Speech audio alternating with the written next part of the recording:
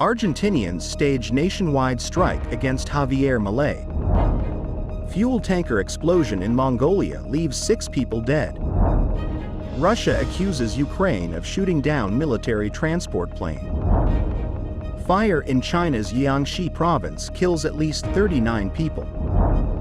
Seoul police chief indicted over Itaewon Halloween crush. New hope for Alzheimer's patients.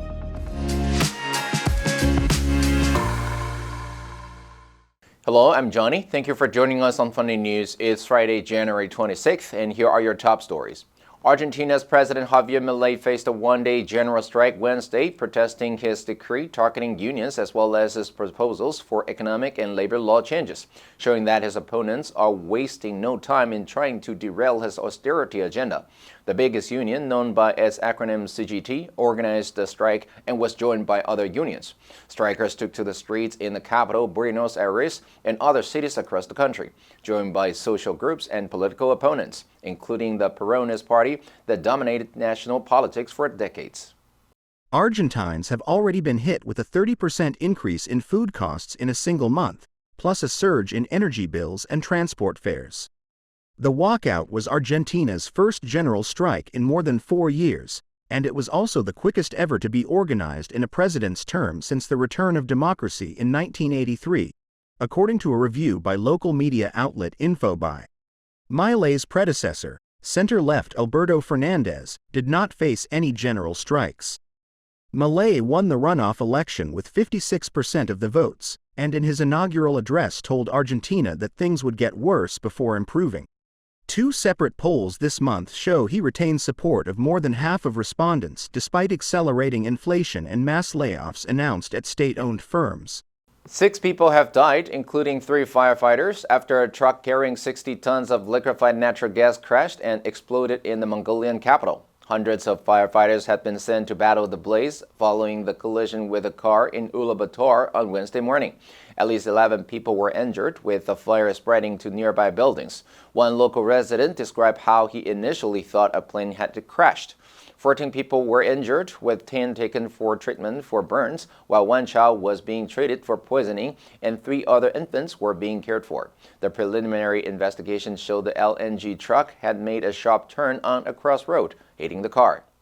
According to Sain Bayan Amarsayan, Mongolia's deputy prime minister, no casualties had been reported from inside any of the buildings.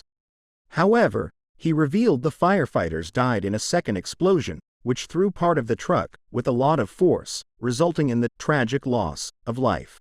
The Mongolian National Emergency Management Agency, NEMA, which said the fire was put out by 4:30, added that 4 children were among the injured, including one who was being treated for poisoning. Questions are now being asked about why a tank carrying such a dangerous load had been allowed to travel into the residential neighborhood, containing many schools. Russia on Wednesday accused Kyiv of shooting down a military transport plane, killing all 74 people on board, including 65 Ukrainian prisoners of war. The Kremlin said the flight was on its way to the southern region of Belgorod ahead of a prisoner exchange at the border when it was brought down by a terrorist act. The neighbors have traded conflicting accusations throughout the war, which is approaching the 2-year mark. The Russian Defense Ministry said on board the plane were 6 crew members, 65 Ukrainian military personnel for the exchange, and 3 Russian military personnel accompanying them. The crew and all passengers of the plane were killed. The Russian Defense Ministry said in a statement, the Ilyushin Il-76 was performing a scheduled flight to an airfield near the border when it was shot down by an anti-aircraft missile system.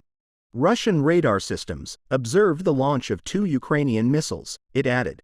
The Defense Ministry said that Ukraine's government know very well that, according to established practice, a military transport aircraft would be flying that route ahead of the planned prisoner swap.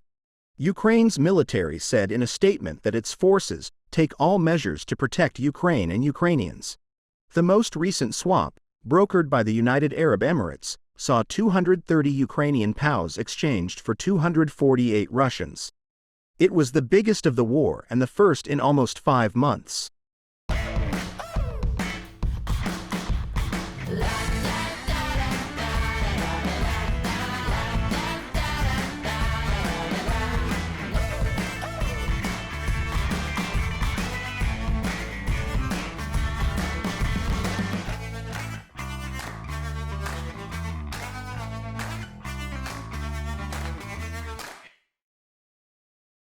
State media said a fire broke out in a commercial building in China's southeastern Jiangxi province on Wednesday, killing at least 79 people and injuring 9 others. Officials for the Yushui district of Jiangxi province said that the fire broke out in the basement of a shopping area in the afternoon. In addition to rescue workers, firefighters, and police, local government officials were deployed to the scene. State broadcaster CCTV later reported that rescue operations were complete and that no people remained trapped in the building, which it said housed an internet cafe in the basement and tutoring centers on the upper floors. Chinese President Xi Jinping issued a statement about the blaze, noting that it was yet another safety tragedy. He called on the government and Communist Party to resolutely curb the frequent occurrence of various safety accidents and ensure the safety of people's lives and property and overall social stability. The statement included orders for the State Council's Work Safety Committee to close any gaps in safety measures. The local government said that the cause of the fire was under investigation. Over the weekend, a fire in central Henan province broke out in a boarding school dormitory and killed 13 children. Seoul's police chief has been indicted for negligence over the 2022 crash that killed more than 150 people during Halloween festivities in the popular Itaewon neighborhood that left the nation reeling. South Korean police on Monday confirmed that Kim Kwang-ho, head of the Seoul Metropolitan Police Agency, had been indicted in connection with the tragedy, the most senior police officer charged over the incident. A statement released on Friday said Kim was charged with professional negligence resulting in injury or death. According to police emergency call logs from the night of October 29, 2022, multiple calls from members of the public were made about overcrowding as early as 4 hours before the situation gravely worsened. In the aftermath of the crush, South Korean authorities maintained that they had no guidelines to handle the huge crowds that gathered for the Halloween festivities, stirring anger among survivors and families of the deceased. Public outrage turned toward South Korean President Yoon Suk-yeol and his government. Survivors and families of the victims remain strongly critical about what they see as a continuing lack of accountability on the part of South Korean authorities over the disaster. According to Seoul police, Kim has not been dismissed from his position following the indictment. His indictment comes after the arrest of 2 former officers in December on charges of destroying evidence relating to the disaster. The trauma of that night still haunts some survivors and bereaved families. A new study suggests testing a person's blood for a type of protein could be used to screen for Alzheimer's disease with high accuracy, even before symptoms begin to show. The study involved testing blood for a key biomarker of Alzheimer's called p-tau217, which increases at the same time as other damaging proteins build up in the brains of people with the disease. Currently, to identify the buildup of beta amyloid and tau in the brain, patients undergo a brain scan or a spinal tap, which often can be inaccessible and costly.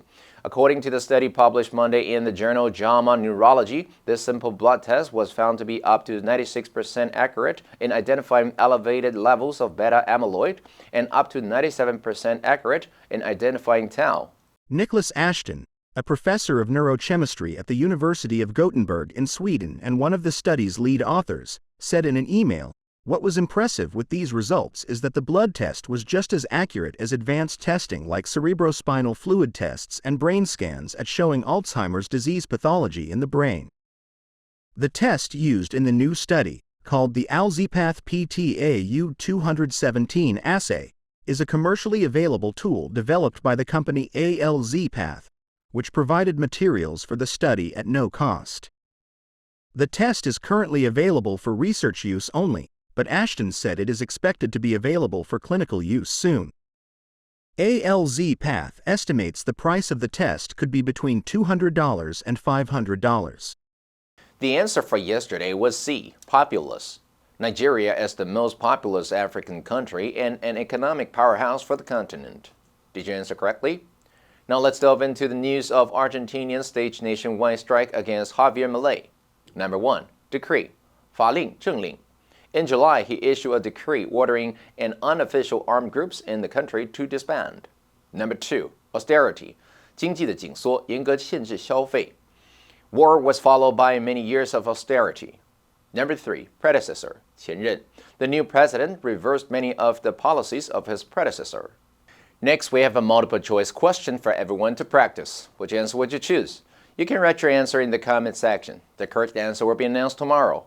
And that's all for today's Funday News. Be sure to tune in to Funday News from Monday to Friday and click the link below to join Funday for free. I'm Johnny Wu, your host. I'll see you next time.